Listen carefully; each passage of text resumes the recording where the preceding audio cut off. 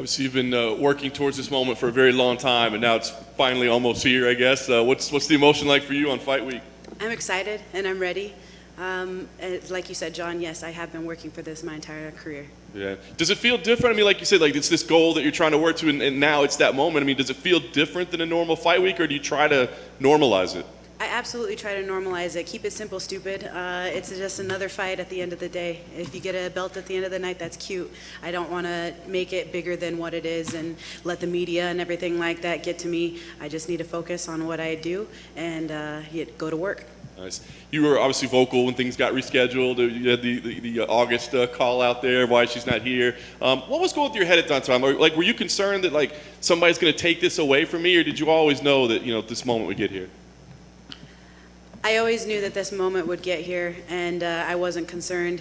Mouth of the South over here had to do what I had to do to get the fight, but now that I got the fight, and now that I knew that the fight was going to happen, I knew that, a month from now, 2 months from now, or, in the past, whatever, eventually the fight was going to happen, so I just needed to be patient, and we're here. When you've seen Amanda's run, when you look at her opponents, do you see mistakes that opponents are making, or do you see that they just didn't have the right style, the right tools that you bring? What do you see as the reason that she hasn't been beaten in so long? I don't take into consideration the failures of other fighters. I want to focus on myself. I didn't get here on the failures of other fighters. I got here on my own successes, and my own success is my focus. Nice. Concerned at all that you might have poked the bear a little bit too much, that she's going to be taking this thing personally and have a little extra edge on her that night? No. It's a fight. It's nothing personal. When you become the champ, you get a target put on your back. I would expect nothing less. You got to assume that people are going to want to gun for your spot. And so that's just the nature of the beast, and that's the way that this game works. Nice. Last thing for me, you win the belt on Saturday night. What means more, the fact that you're UFC champion, that you've been working all this time for, or the fact that you take out the GOAT? Which one means more to you? Anytime you can take out the GOAT, that's just, obviously the feather in the cap there. But I truly am ready to step into the light of becoming the new Bantamweight world champion. I'm ready to be that role model for young women, for young men, just to let them know that, from a little tiny garage in Spokane, Washington, you can make it. You can make your dreams come true, and I'm ready to step into that light. Julianna, right here. Do you feel Amanda's been tested off of her back, looking back at her previous opponents? I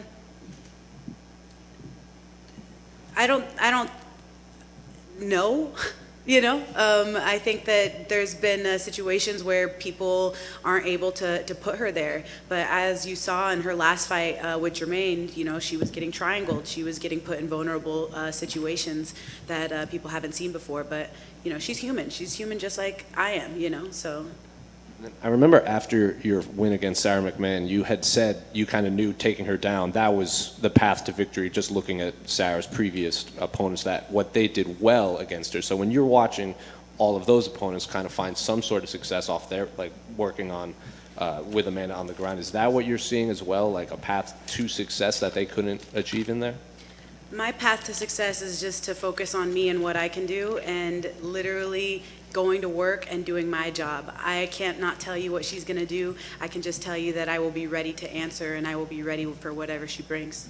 Then on one of the embeddeds, your coach said that you are, quote, the perfect person to deal with that kind of firepower that Amanda Nunes brings. So what exactly does he mean that sets you apart, that you can deal with the firepower that Amanda Nunes brings? I mean, if you look back at any of my previous fights, I've only dropped 2 fights in the last 10 years, and they were to champions, and I was winning. If you go back and you look back at those fights, I'm literally winning.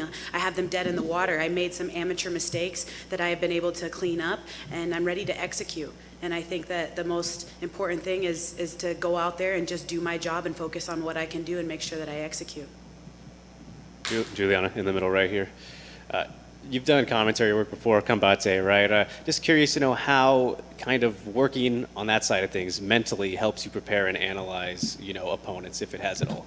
I just want to give a shout out to Campbell McLaren for giving me an opportunity to be put in that position to commentate and to let me get my feet wet in the commentating field aside from fighting. And I'm just super grateful for that opportunity. I definitely think that it's kind of been a hard thing because I'm like motor mouth all the time. And so like commentating is actually a lot harder than I took into consideration. And sometimes they're just like, you know, ease it down, back it up, you know, and I think that that's definitely helped me. But as you can see, sometimes I still kind of screw it up and let my first thoughts come to mind and spew that out. So I think commentating for Combate has definitely helped me kind of rein it in a little bit.